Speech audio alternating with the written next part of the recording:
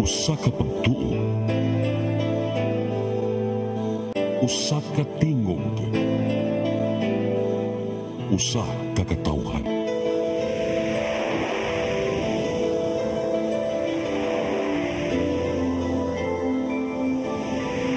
Cebu Catholic Television Network.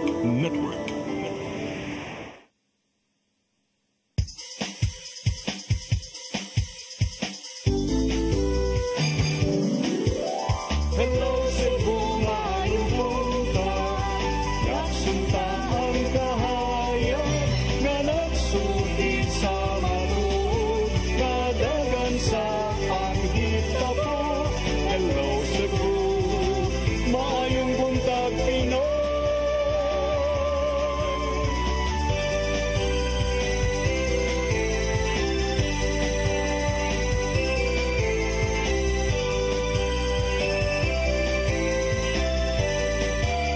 Ang katutulungan sa mga katawhan. Hello Cebu, hello Cebu, maayong buntag Pinoy, maayong buntag Pinoy, maayong buntag Pinoy. Hello Cebu, maayong buntag Pinoy. Adlaw karon nga Huwebes, Oktubre 31, tuig 2024. Ana na kita sa atong uwahing adlaw sa Oktubre. Sangan sa atong regular host Malu Inocando Tabar, ako si Crystal Joy Filerca. Sa nga usab di Attorney John Destacamento, ako usab si Gian Navarro. October 31 sa mananggiingon katapos ang adlaw ron sa buwan sa Santos nga Rosario. So naut-unta nga padayon gyapon ta nga magpasalamat sa labaw makagagahom kay nakamata gyapon ta ning nindot nga kabuntagon. Ug karon atong sugdan ang atong tulumanon sa pagsuta sa atong weather update karong adlaw gikan sa Pag-asa Visayas, pinaagi ni Sir Jumer Iclarino. Sir, good morning. Yes, good morning sa tanan o sa atong tanan tigpaminaw kinatong latest weather update karong adlaw. Ang Super Typhoon Leon as of 4 AM ganiha na sa 100 kilometers silangan amihan ng silangan sa may Itbayat, Batanes. Maximum sustained winds na 195 kilometers per hour dool sa sentro ug ang gustiness kini moabot sa 240 kilometers per hour. Kini nagirog sa direksyon sa amihan ng kasadpan sa gipaspaso na 20 kilometers per hour. Sa atong track ug intensity forecast unyang alas 2 sa hapon na nakini sa 245 kilometers north-northwest ng Itbayat, Batanes or sa vicinity sa Taytong County ng Taiwan. Samtang nakataas pa rin ang tropical cyclone wind signals number 5 sa may northern ug eastern portions of Batanes, signal number 4 sa rest of Batanes, signal number 3 sa northern portion of Babuyan Islands ug napad mga number 2 ug 1 sa mga pila ka probinsya o lalawigan sa Luzon. Atong weather conditions sa Central Visayas, lakip na ang probinsya sa Cebu, makasinati ng panagsama panganuron nga na sa madag-umon na kalangitan ug na mga patak-patak na mga pagulan o kini mga localized thunderstorms. Padayon ta mag-monitor sa mag-i-issue ng mga thunderstorm advisories. Kasarangan ng hangin masinati sa Central Visayas ug kadagatan kasarangan ang pagbalik. Temperatura sa Cebu 25 to 32 degrees Celsius. Haring adlaw mo salop alas 5:21 sa hapon, ang dagat mo taob alas 10:46 karong buntag. Philippine Standard Time alas 8:07 sa buntag gikan diri sa Mactan, Pag-asa Visayas, DOST Jomar Iclarino. Sir Jumer, sir, naalam mo yung follow-up Yes, question, ma'am. sir, naglandfall na ba ni si Super Typhoon Leon diha sa Batanes, sir? So nakita nato sa atong latest na bulletin, less ang chance na maglandfall kini sa Batanes and magpaduol siya kini ang sentro magpaduol kaayo sa Batanes Islands within the next 3 hours. Okay. Daghang salamat Sir Jumer Iclarino ug maayong buntag ninyong tanan diha sa Pag-asa Mactan, Visayas. Mao kadtong Sa kayan maayong buntag. atong weather update karong adlaw ug karon atong tan-awon ang mga front pages sa atong lokal ug national nga mga pamantalaan. Atong sugdan sa Sunstar Daily. Review contractors contract compliance. Sa Super Balita, pamilya nahog sa sapa, papapatay. Sa The Freeman, Jonas, Mike face disqualification. Petitions filed before COMELEC Manila. Sa The Freeman Banat News, 45 milyones pesos nga drugas na sakmit sa managlahing operasyon. Sa Philippine Daily Inquirer, according to Trillanes, ICC given Duterte death squad transcript.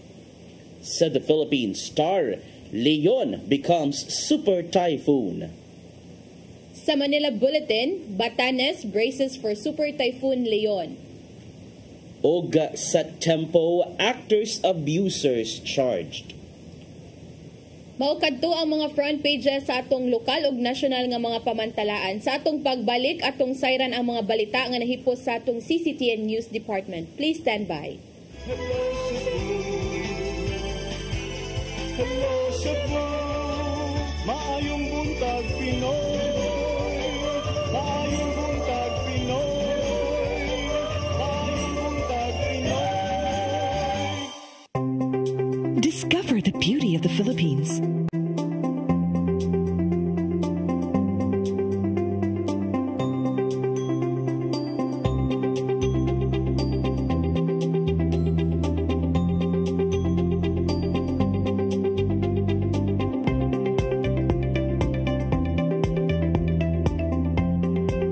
With Philippine Airlines, the country's flag carrier.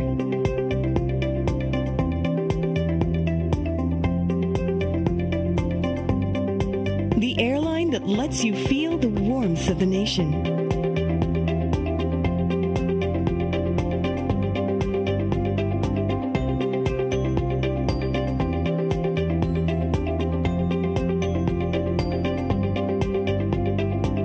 Mabuhay!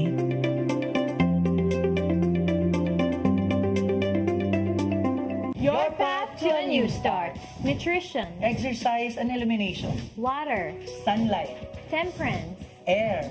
rest and recreation. And most of all, Trust in God. Learn from our doctors. Be blessed by the testimonies of our overcomers. Ang inyong programa, Alam sa may sakit, walay sakit, ug dili ganahan magkasakit. Ozone Med Wellness Clinic New Start. Mapapanood every Saturday 8 to 9 a.m. Og ang replay airing matag Miyerkules 1:00 hangtod 2:00 sa hapon. Dinhilang sa CCTN Channel 47. New Start, Ozone Med Health and Wellness Talk.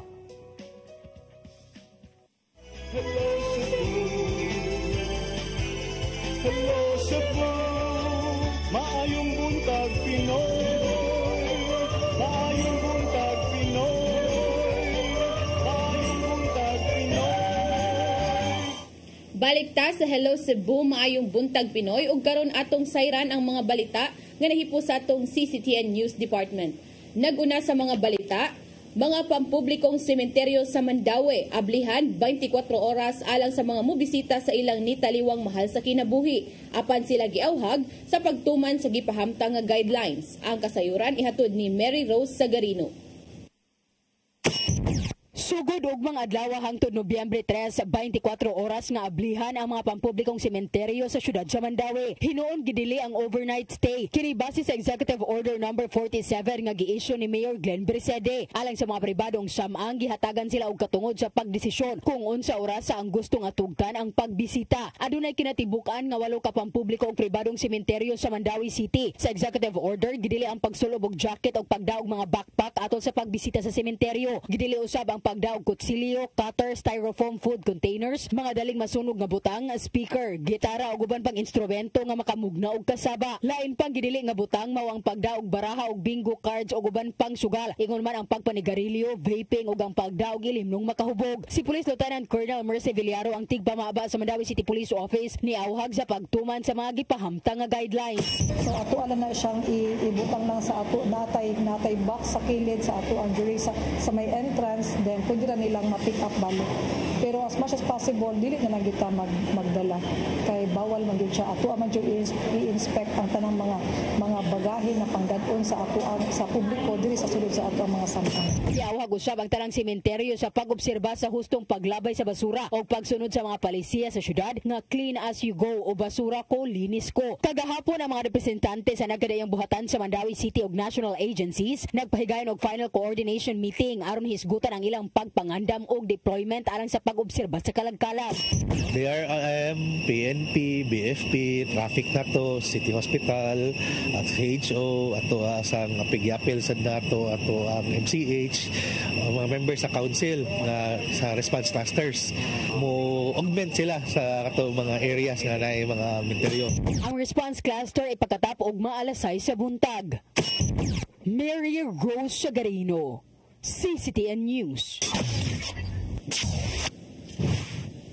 Dulan 400 ka mga pulis sa dakbayan sa Lapu-Lapu ang gipakatap sa 5 ka mga samang suog mga lugar nga sagad budasok ang katawhan alang sa pagbantay sa seguridad karong kalag-kalag. Sugod o kung nasugod kagapong adlaw naka-heightened alert status na usab ang Lapu-Lapu City Police Office. Ang kasayuran niya to di Crystal Joy Felerca. Ipakatap na sa Lapu-Lapu City Police Office kaganihang buntag ang 392 ka mga pulis sa nagkadayang dapit sa dakbayan alang sa hugot nga seguridad karong kalag-kalag. Kaganihang alas 7 sa buntag sa wala pa sila gipakatap, ni pahigayon usa og send-off ceremony ang LCPO. Ang 5 ka mga samaang sa dakbayan lakip na ang sa isla sa Ulango, gibutangan og mga PNP personnel. Aduna usab police visibility sa mga simbahan. Og tungod kay long weekend, aduna usab gideploy nga mga pulis sa mga lugar nga sagad modasok ang mga tao sama sa mga malls, dagkong merkado og mga pantalan sa Lapu-Lapu.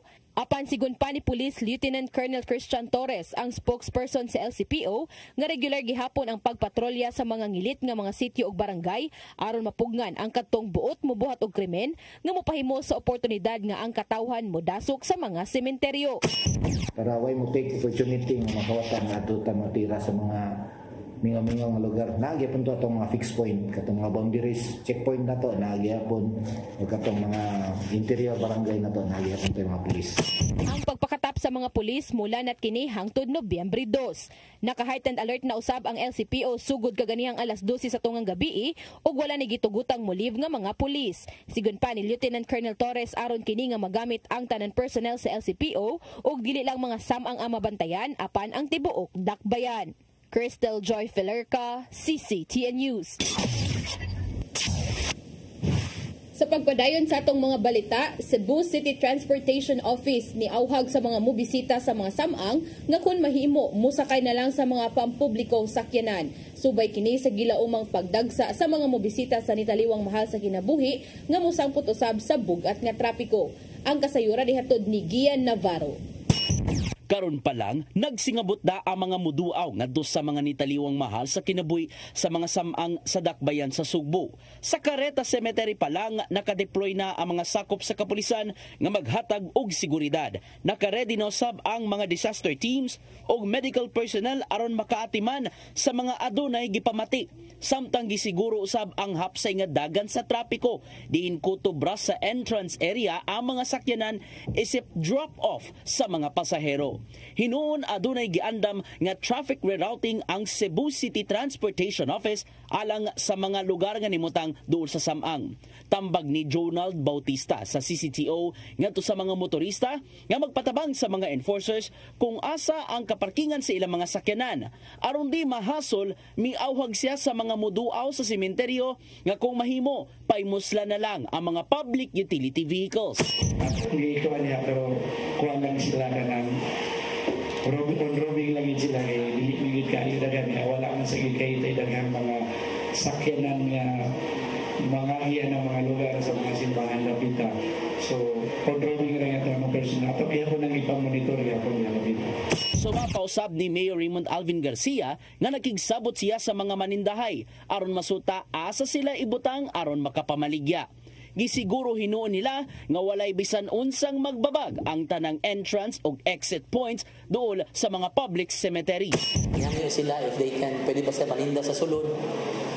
Kay naman tayo i-allocate nila nga area kung asa sila manindas gawas.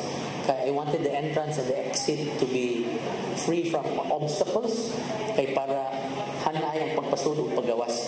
Hinuon himutang na ang tanang mga lagdang gipatuman ubos sa giumol nilang action force karong tingkalag na.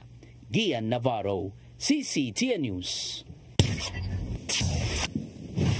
Gibantayan na karon sa Pag-asa ang super typhoon nga bagyong Leon. Diin ang hulga kini sa mga lugar sa habagatang bahin sa Luzon. Gibutig usab sa Pag-asa nga nakasinati og hinungaw sa super typhoon Leon ang Kabisayan apan lauman ang maayong panahon karong kalag-kalag. Ang kasayuran niya di Crystal Joy Felerca. Hingpit nang nahimo nga super typhoon si Bagyong Leon kaganihang alas 10 sa buntag matod sa Pag-asa. Ana kini sa 350 kilometers east sa Maykalayan, Cagayan. Ang super typhoon Leon adunay dalang hangin nga 185 kilometers per hour ug paghaguros nga 230 kilometers per hour. Gani, giisa na sa Tropical Cyclone Wind Signal number 3 ang eastern portion sa Babuyan Islands ug northeastern portion sa mainland Cagayan. Gipatuman usab ang Signal number 1 ug 2 sa mga lugar sa northern ug central Luzon. Gilauman nga unyang gabi hangtod ug mga adlaw magpaduol kini sa Batanes Island. Matod ni Jumer Iclarino, ang weather specialist sa Visayas Pag-asa Regional Services Division, nga wala pay kasiguraduan kung maglandfall kini sa maong lugar apan base silang forecast ug assessment hangtod nga nagpaduol kini sa Batanes Island magpabilin kining super typhoon. Samtang ang Kabisayaan nakasinati sa hinungaw sa Super Typhoon Leon, matod pa ni Iclarino. Expected naton gihapon natay moderate to strong winds kining pagguro sa hangin gikan sa hinungaw sa Bagyong Leon and moderate to rough sea conditions today. Delikado gihapon kining gagmay kaayo sa sakyan pandagat.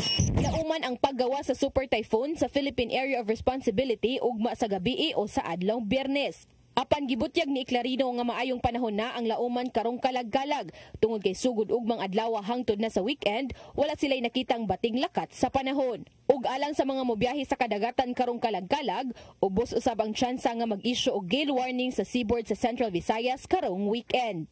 Crystal Joy Felerca, CCTN News. Sa atong uwahing balita, fish vendor na dakpan human nakuhaan og kapin 5 ka kilo nga gituohang shabu ato sa bypass operation sa mga sakop sa Regional Drug Enforcement Unit 7, inabagan sa PDEA 7 ug PNP Drug Enforcement Group sa Barangay Tejero ni adtong milabay nga gabii. Suspect miangkon nga nahaylo siya sa suhol nga 10,000 ka pesos matag hatod sa drogas. Ang kasayuran ni hatod ni Arnold Bustamante. Labasirog isda nga tagaliluan na nasikop sa mga sakop sa Regional Drug Enforcement Unit 7 inabagan sa Philippine Drug Enforcement Agency 7, PNP Drug Enforcement Group, Special Operations Unit 7 ug Waterfront Police Station atol sa gilusad nga bypass operation alas 8:20 gabi didto sa Giga Esano Street, Barangay Tejero sa Dakbayan sa Sugbo. Ang suspitsado giilangan si Jennifer Pilapil Noval alias Ugis, 45 anyos, residente sa sitio Silot, Barangay Yati, lungsod sa Liloan, probinsya sa Sugbo. Nakuha sa mga operatiba ang dagkong puto sa kituang shabu nga motimbang sa 5,250 gramos nga doon standard drug price nga 35.7 million pesos. Isulod kini sa transparent nga plastic o giputo sa itom nga garbage bag nga gipackaging nga doon SWAT nga fragile. Usa sa mga operatiba sa RPDEU 7 mibutyag nga moabot sa usa ka buwan ang himo nila nga monitoring sa suspitsado human migawas ang iyang pangalan nga usa sa mga tinubdan sa illegal nga drugas. Giingon nga makabaligya og 10 kilos matag semana si Noval sa iyang mga customer sa Dakbayan Sugbo, Mandawi ug Lapu-Lapu. Apan gihimakak ni Noval nga dugay na siya nga mamaligya sa illegal nga drugas ang nadtong Lunes lang siya nakakuha sa mga kontrabando. Matud niya nga dunay manawag niya nga dunay ipasugat sa SM Konsolasyon o kung makuha niya kini siya na ang mutawag sa mopalit nga mumando kaniya. Kung malampuson nga mahatod ni Noval ang kinilo nga illegal nga drugas, suhulan matud pa siya og 10,000 pesos. Matud ni Noval nga naay nanawag niya sa iyang cellphone nga wala siya makaila og giagni nga mosulod ani nga matang sa trabaho bugti sa dakong suhol ug tungod matud pa sa kalisod napugo siya. Ang RPDEU 7 mohimo pa og debriefing sa suspitsado kung kinsa ang supplier alang sa himon nga follow-up operation. Arnold Bustamante, CCTN News. Magkanto ang mga nag-unang balita nga nahipo sa CCTN News Department. Inyo ka na nakita kagahapon sa Saire 47. Alas 5 hangtod sa alas 6 sa gabi dili sa CCTN Channel 47. So, lahos na ta, Christine. Since napamantay time before ta mag-break, no? Ato sa nitukion, ang katong headline ganina sa The Freeman, kung diin Jonas Mike face disqualification ang mga petitions. Dismissed mayors. Ang mga dismissed mayor nga sila si sa Mandawi, si dismissed Mayor Jonas Cortez o dismissed Cebu City Mayor Mike Rama. So nag-atubang na po daw ni sila og another disqualification. So ang gi-file dito ni gi-file ang petition sa Comelec Manila. Wow, ha? No? Tara. Managay ko nga, wow, ha? Di gid ba da sa region ato gid sa Manila? Well, why not? Kay kung boto na naon, ang this is specifically kaning petition batok di Rama, nakita sa maong petition nga dili angayan mudagan si Rama, or he is no, matod pa sa report sa The Freeman, nga he is no longer eligible to run because he has been dismissed from service and disqualified from holding any public office. Maong naninguha ang niduso sa petition nga makanselar ang iyang certificate of candidacy o matangtang ang iyang pangalan sa pagprenta na sa balota. Yes. Samtang sa petition no sab gato ni Cortez, o yun sa man pagkahitabo tinud bakani na matod pa siya sa diyang niduso siya siyang COC niadtong Oktubre 4. Nya ang ni-file ani, although wala pa nato din nakita sa unahang bahin sa article sa The Freeman, o kinsay ni-file og petition. Niduso nila sila nga sa kuan ba sa kay Rama ba kay Rama man imong giunang isgutan niya karon ni arita ni Cortez. So kani kay Cortez na state diri kung kinsa ang nagduso og kanang petition nga ma-disqualify iyang candidacy. So mao ni si Labugon Mandawi City residents Ines Corbo ni Cesario and Julita Oponarte. So gi-file nila October 28 other day. The other day. So ang kuan nila dito kay material misrepresentation daw when he placed in his COC that he is eligible for the office that he seeks to be elected to, despite the presence of an ombudsman order dismissing him from service that imposed the accessory penalty of perpetual disqualification from service. So kato, if remember ka, yan, that time nga ni-file siya og kanang COC, dismissed na ba siya ato? Then nato ni paggawa sa dismissed order. Man nato nga may numduman, nakalitan ang mga Mandawi beat reporters kay naka-file pagkaugma ni file si Cortez sa iyaha nga sertipiko de kandidatura alas 8 sa buntag without any fanfare, without any wala yang slate no. As in siya lang secretly. And kung matingala mo kinsa man na silang nesesaryo, kinsa man na silang narte nga pulos mga residente gikan sa Barangay Labugon. Sila sabdi ay Cristel no ang mga reklamante nga batok ni Cortez tugod sa padayong operasyon sa Sopreya Philippines Development Corporation o sa kabatching plant sa concrete mixed cement nga himutang dito sa Sitio San Jose 1 Circumferential Road niatong 2020 to 2022. Based ano kakuwang sa business permit, sanitary permit o environment clearance. Mano ito ilang gireklamo nga ito sa ombudsman inungdan nga na dismiss si Cortez na ng panahon na. So sa pagkaron ato ang gipaabot ron ang reaksyon ni dismissed Mandawi City Mayor Jonas Cortez bahin aning development. Well, di pa nato makita. I don't know, would you tell it kung pamulitika bakhani or unsa bakhani nga matang sa estratehiya ang maong gidangatan ron sa kaning ilang pagduso og disqualification case ngadto sa Comelec Manila. Unya arita kay dismissed Mayor Rama na diri na state na diri sa ubos nga part usa ka Junel Buntuyan familiar lagi mao ang ni file og petition against Rama nga to sa Comelec Manila kagahapon. So sunod na day ni sila pag October 28 ang petition nga gi-file for petition for disqualification ang gi-file nito ni dismissed Mayor Cortez nya kagahapon ang kay dismissed Mayor Rama. So it cited the nepotism case against Rama filed before the Office of the Ombudsman which found him guilty last October 2 and ordered him dismissed from service. So manumdum na to nga nauna ni akisa to nauna ganid koan ka-dismiss si Cortez? Na mas dungan-dungan man silang Cortez ug si Rama pareho nang pareho lang na ay gipagawas nga dismissal order.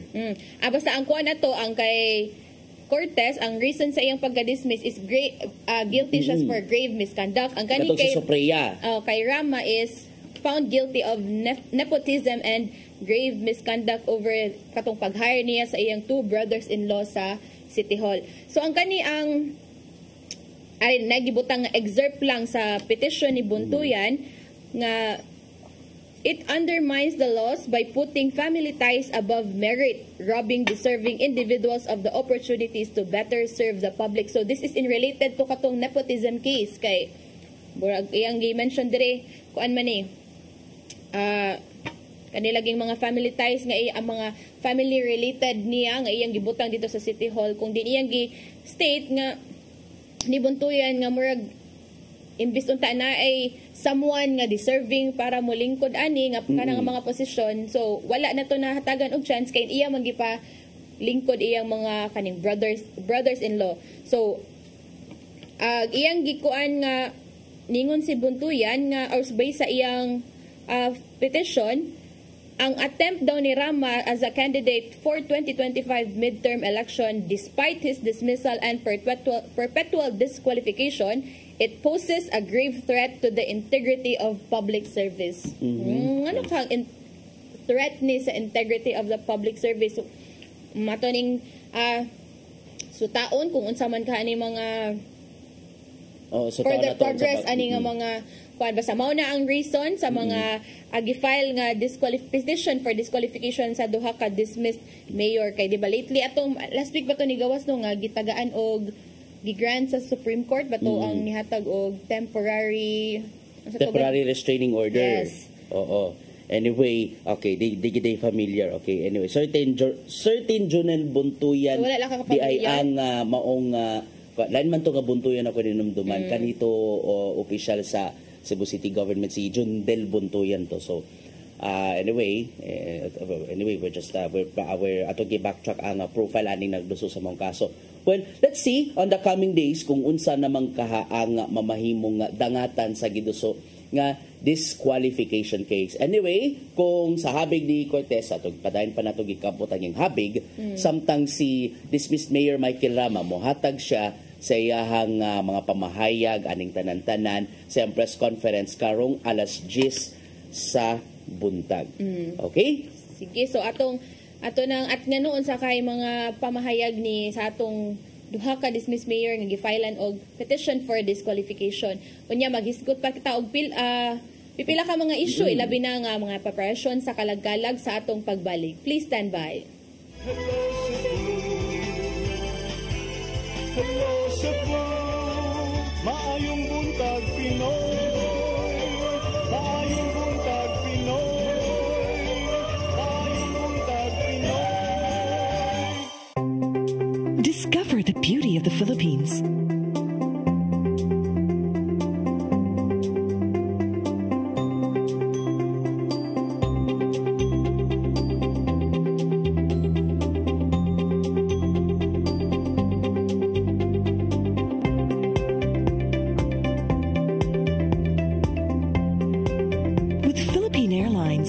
Country's flag carrier.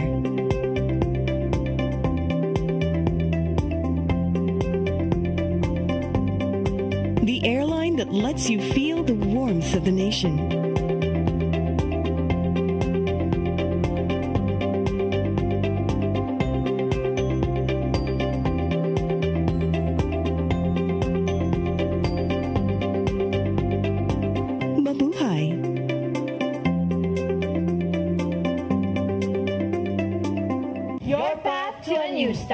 Nutrition, exercise and elimination, water, sunlight, temperance, air, rest and recreation, and most of all, trust in God. Learn from our doctors. Be blessed by the testimonies of our overcomers. Ang inyong programa, alam sa may sakit, walay sakit, ug dili ganang magkasakit. Ozone Med Wellness Clinic New Start. Mapapanood every Saturday 8 to 9 a.m. Og ang replay airing matag Miyerkules 1:00 hangtod 2:00 sa hapon. Dinhilang sa CCTN Channel 47. New Start, Ozone Med Health and Wellness Talk.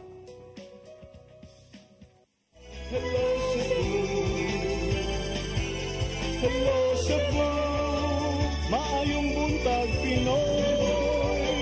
Maayong buntag Pinoy. Maayong buntag Pinoy. Balik ta sa tulumanong Hello Cebu, mayong buntag Pinoy. Sa di pa ta mo layat gato sa laing isgutanan. Development gapo ni sa habig usab ni Mayor Michael Rama. So na siya statement Oo, na siya statement. So may labot na. So ang yang gibutig siya nga statement few hours after nga napagawas ang desisyon gikan sa Malacañang, which is ato ka ng pag-iskutan in a bit. Matod pa, iyan ang tubagon ang tanang mga pamahayag bahin ani sa iyang press con unyang alas 10 sa buntag o di pa siya makahatag og dugang pagreaksyon tungod kay wala pa siya nadawat nga kopya.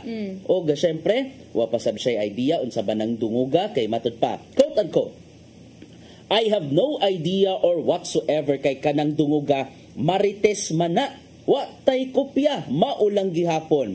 I need to be given a copy before I can make a very, very valid reaction. So kining pamahayag ni Rama, may labot ni sa naitabong pagbasura sa Malacañang sa iyang reklamo batok ni Governor Gwendolyn Garcia. This regards na sa pagpahunong ni Governor Garcia sa katukuran sa BRT bus station at tubangan sa Kapitolyo. So matud sa desisyon nga giluwatan sa Office of the President, pirmado kana ni Executive Secretary Lucas Bersamin nga nagkuwang og prima facie case ang reklamo ni Rama, meaning sa ato pag-research ani unsa ba ning prima facie sa sugod pa lang wala pay igong basihan or ligong basihan nganong naduso ang maong kaso. Maong dili pa ma-elevate sa subsub nga investigasyon ang maong reklamo bahin kana sa BRT project. And kini ang kini may nakita nga findings sa habig sa Malacañang anong basura man ang reklamo ni Rama. It's prerogative ni Governor Gwen Garcia nga muhimo siya og lakang aron panalipdan ang heritage view sa Cebu Provincial Government, which I mean the Cebu Provincial Capital. Kung atong may numduman ang palibot sa Kapitolyo, protektado ka na sa mga heritage laws o gideklarar siya isip National Historical Landmark. Maong sama sa ubang mga capitals, like for example, the capital in the US, kinahanglan digid siya masalipdan og bisan unsang mga nagbabag.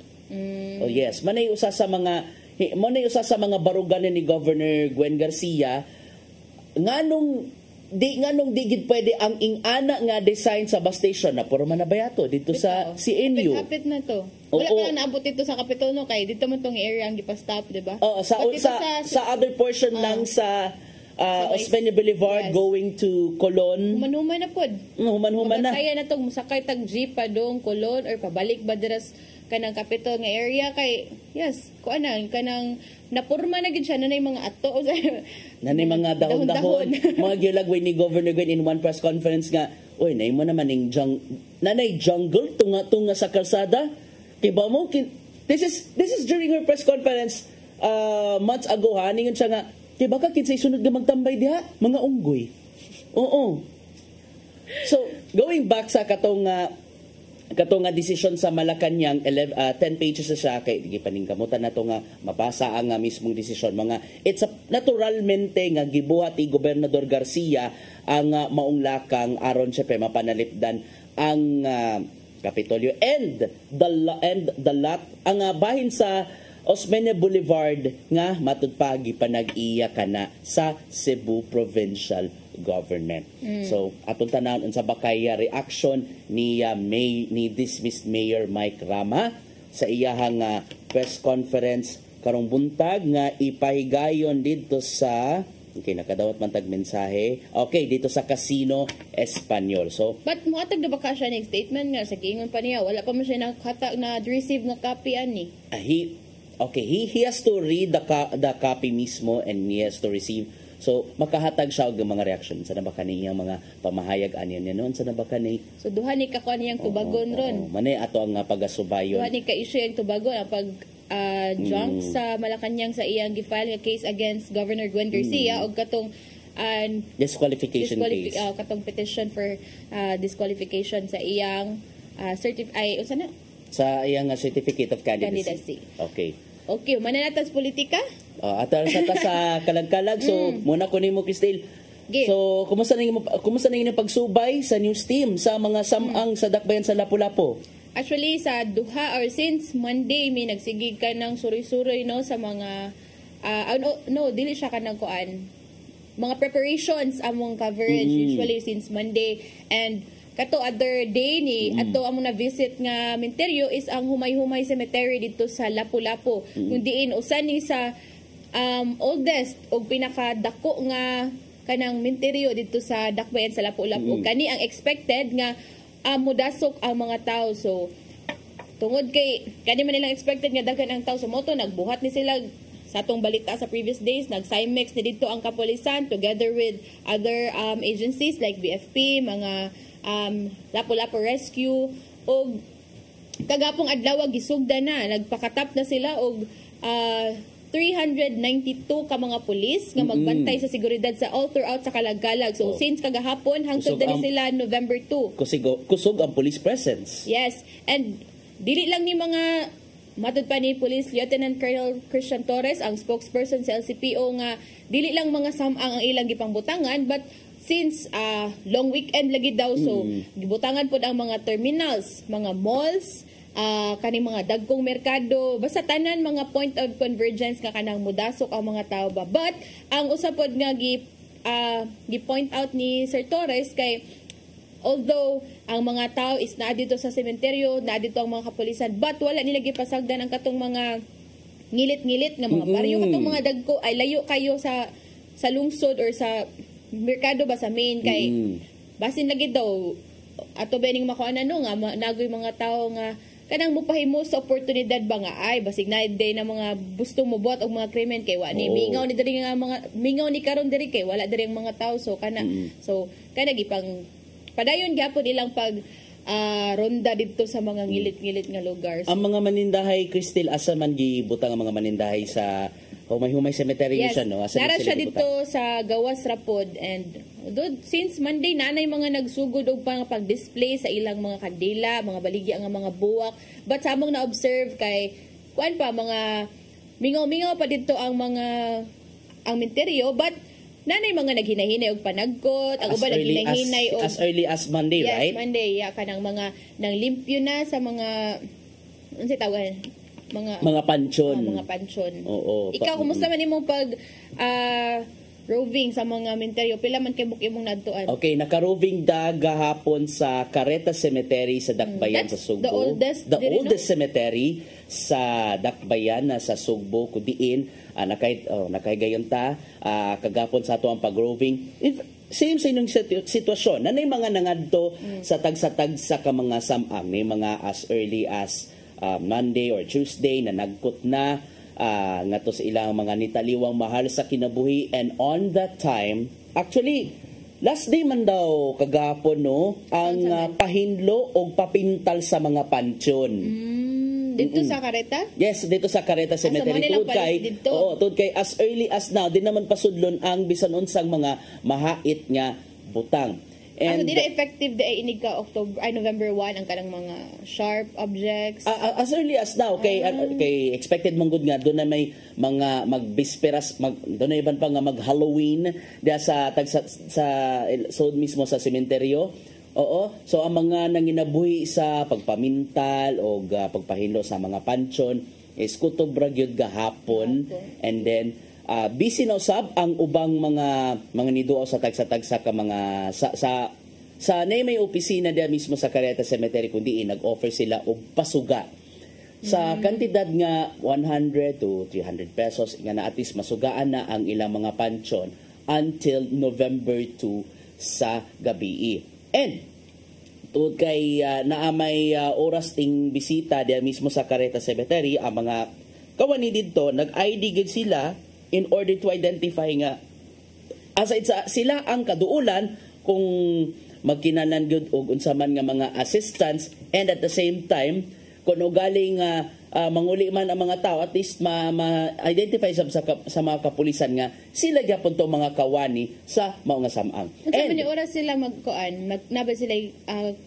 open ug closing time kay like Lapu-Lapu is na sila 5 to 10 but ang sa Mandawi is 24 hours sila dito. Oo, sa naabili na sila sa isa buntag hantod sa alas 10 sa gabi. So ang Mandawi ra na ay 24 hours no. Pero kung na yung mga nag 24 hours diya sa Carreta Cemetery, kana mga sakop sa kapulisan kay naka-pwesto gid sila. Well situated man sa ang mga sakop sa kapulisan diya mismo sud sa Carreta Cemetery.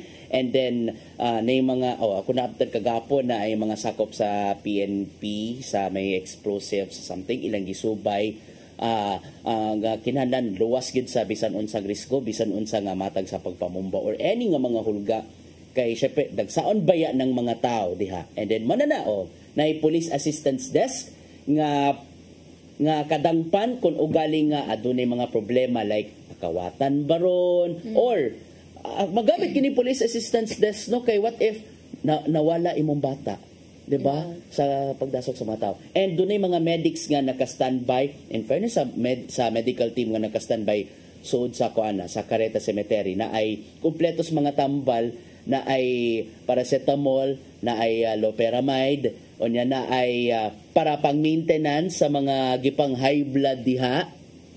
And syempre naka-standby usab ang ilahang ambulansya. Ang challenge ani Cristel sa mo pagsubay dito sa Carreta Cemetery, kanang entrance and exit area drop off ra na kutob. So layo-layo ang ilang kaparkingan. I think that's the same with Kuan. Dito po sa Lapu-Lapu, iskina close ang I think kanang road gyud kung asa na nibuta ang humay-humay cemetery like humay-humay road. Layo pod kay ang kuan nila dito at least man lang mahawa na ara nga area kana nga daan ba kay in case daw na mga emergencies kanang basta dali ra ang paspas ra ang aksyonan ba. Pero ang kanang kuan kay although i-close man siya, but katong mga naikarga nga, PWD, mga senior citizens, mga blues, i-open na pasunlo, pero drop off ra po, drop off area lang.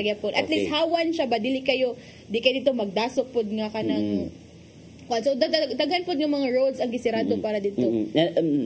Sa Carreta Cemetery na may access road nga makasud sa Cebu Business Park naman dito ang pay parking. Pwede makapark sa mga sakyanan, mamotor pa man or mga ilang mga four-wheeled vehicles. Pero naigiandam nga gamayng parkinganan, it's a pocket lane sa may Sacred Heart at bang na sa Carreta Cemetery. I guess this is intended for the motorcycles.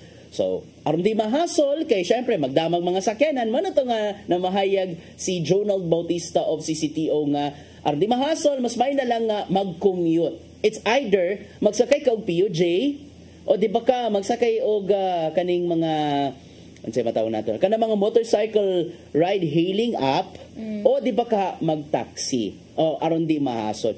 Exercise na lang gud gamay no. Oo. Kay and at the same time at least di maka dili na mo samot ang gibug-aton sa dagan sa trapiko. Kung isgutan ang mga manindahay, sila nakabutang gid na sila naigi andam nga designated area aron makapadayon sa ilahang pagpaninda, especially kanang mga kalag-kalag essentials, kandila, buwak, sige pakapainon na nato nag mga biskwit, mga snacks ug uban pa.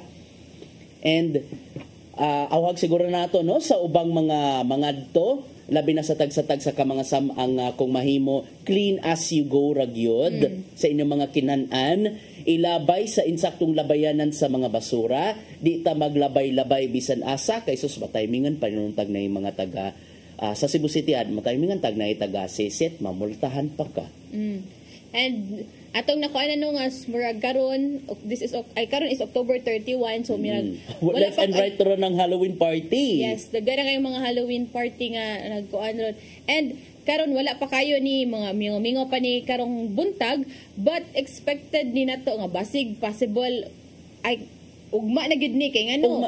Actually karong hapon, karong gabi magdaghat labi na ron nga today atong subayon ang South Bus Terminal kung kumusta na ba ang sitwasyon nun. Labi na nga as early as even as early as now na dyan yung karong hapon magdagsa gyud na sila nga naman Cristel sa maning kaning lakang ron sa Malacañang karong expected dito gani naman to yung mga uban na to mga kauban sa mga nag-field na no ganina nga di subay na sa mga north bus terminal, south bus terminal nga kanang mingaw pa dito karon pa ng hapon. Ka-expected daw nila nga karong udto or karong hapon mag dasok na dito ang mga tao kay adunay gipagawas nga Memorandum Circular Number 67 ng Office of the President kung diin para daw i-allow nga makabiyahe pa ning mga government employees o kaning mga apil ba ning mga estudyante no? I-half day ra ang trabaho o klase karong adlaw. Half day sila. Sila lang. Sana sila lang. Sana nakaingon na lang gid ko sa ko ang friend na ako na meet na nainagbo na ako gapon dito sa kaning sa Carrete Cemetery, nakaingon na lang sana all half day. Bitaw kani kay ara ni matagaan pa og kanang time ang kadtong mga gusto mo uli silang mga probinsya nga kana dili lang kay kung ugma manggod kana madasok na and then gamay na lang kay at least makarong adlaw makauli na sila sa ilang mga panimay so maka-observe ko sila sa All Saints Day ug All Souls Day ini ka Friday and Saturday but ang naigikuan dire nga those agencies nga involving the delivery of basic health services so usually mga kuan gud ni kanang sa health number 1 mga disaster offices, health offices.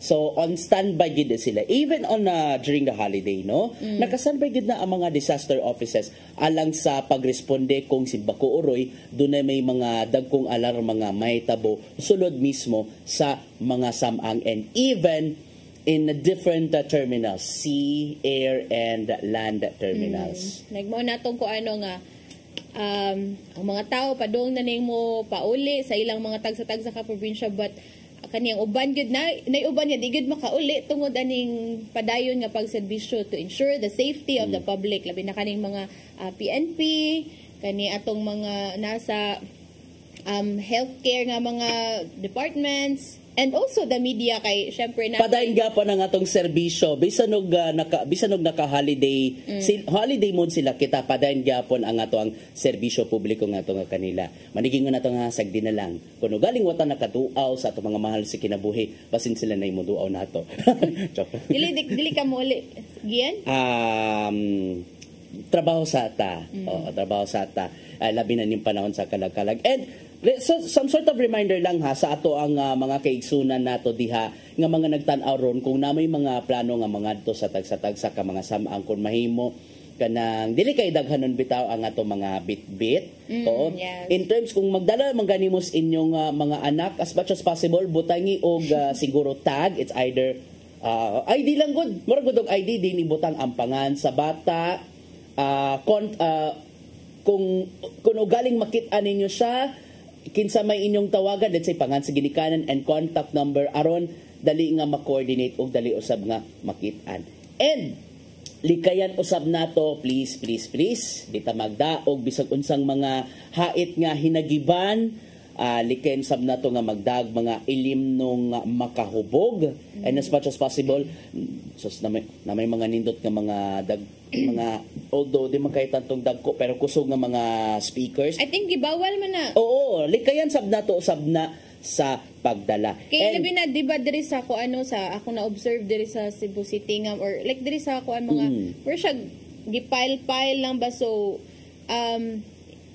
ang sa giingon to ni Police Colonel Diane Agustin ang acting city director no nga sa Lapu-Lapu nga dili na nila i-allow kay what if ikaw diha sa kilid kay pa-sounds kanya inyo ang tupad is dili ganahan like kana ba uban ba kayo ganan pa sila mag-grieve ba na or kana gusto lang sila nga i-observe in a peaceful way ang kaning All Saints Day o All Souls Day. O ikaduha, what if ang imong silingan nga pansyon nagpaampo pa sa mga patay? Oo. So kana at least kuan lang ba kanang sana be sensitive na lang pero at least I think gibawal jud na ang kanang magdaog mga loud dagko nga mga speakers or mga loud noises kay kung magdala man gani ug ma-inspectionan gid sa entrance and barguhon gid na digid na pasudlon digid na palutson gid so mas may na lang and then as much as possible wear comfortable clothes. Yes, mga mapahimang no sa atong mga unsa ni sa City Health no nga kanang although di ba gayon sa pag-asa nga expected na ang fair weather diri sa Cebu, but kanang kuan lang gyapon magdaog umbrella, payong, raincoat, kalo pang protection. Yes, kay labi na what if di ay mo init, but init pud kaayo. If muuwan kay mo kusog pud ang uwan, at least protected ba. But usa sa gikuan no sa ni Dr. Agnes Cecil Realiza ang katong head sa City Health sa Lapu-Lapu nga para daw sa katong mga not feeling well kay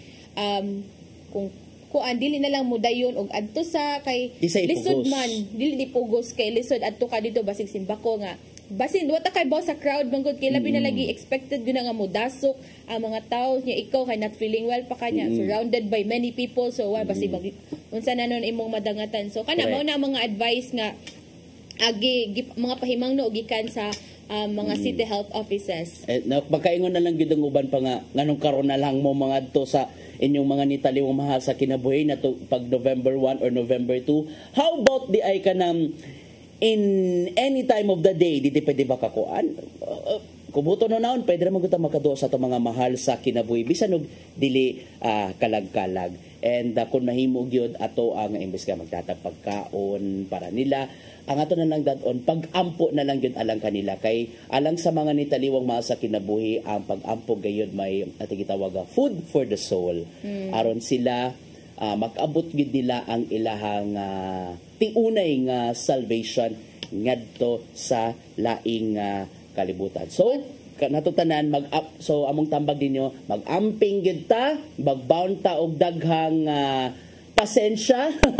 Kay I'm sure magdasog ang mga tao, taas ang mga linya. So magbound gyapon ta og usa ka dako nga bag sa pasensya. Oo. Aron di ta mahasol og labaw sa tanan, magpabilin nga malungtaron ang entero kalag-kalag. Yes. Okay, so ato nang natay mga kalag-kalag stories ani, so stay tuned lang mo sa among mga updates nga ipadangat diri sa CCTN. Unya, wa naman tay igong oras, ato nang ipadangat ang giandam ni Tatay Dodong Nimchua nga pulong og kinabuhi.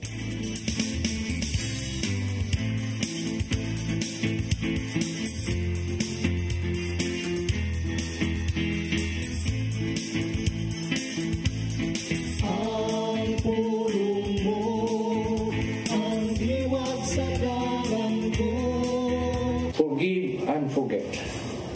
Ang kadaghanan mingon nga lisod ang paghimo nini. Sayo ng pagpasaylo apan ang paghikalimot mo'y lisod. Bisan kung mingon na kita nga atong ipasaylo ang tao na nakasala kanato apan dili mawala sa atong una-una ang ilang gibuhat. Sa Mateo 6:14 sa 15 ng ingon, kay kung pasayloon ninyo ang nakasala kaninyo, pasayloon usab kamo sa inyong amahan nga atuwa sa langit. Apat kung dili ninyo sila mapasaylo, dili usab kamo mapasaylo sa inyong amahan nga atuwa sa langit. Agay nato hinumduman nga ang tinuod nga pagpasaylo mo ang pagkikalimot sa hingpit sa nangagi. Kaya ang pagpasaylo mo ang pagbutang o katapusan sa imong kasuko sa nakasala kanimo. Iyon niya ang kinaya sa Ginoo sa imong pagduol o pagpangayo o pasaylo, dili siya magduha-duha sa paghatag nini. O hingpit yang hikalimtan ang imong sag. Apan lahi ang tao o pasaylo man doon apan magsigi o hiskot sa nangagi. Sa Isaias 43:18 natos 19 nag-ingon, apan ang Ginoo mingon, ayaw na hinumdumi ang nangagi. Ni mamalandong kamo sa mga butang sa karaang panahon. Karon magbuhat ako og bangko nga butang. Na dili ba klaro kayo kung unsay gusto sa Ginoo nga atong buhaton? Ang kagahapon iya sa kalimot. Ang hinungdanon mo ang ugma. Kayson, mo kini ang pulong na hatag ugiya sa atong kinabuhi. Magampo kita. Nagitong naman, Dili kami makapadayon sa unahan kung maghambing kami nining kayugot dinhi sa mundugan.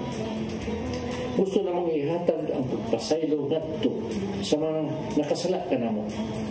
Hatagi kami sa imong grasya sa pagbuhat din.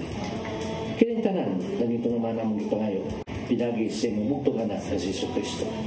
Amen. Sama-sama sa anak sa Espiritu Santo.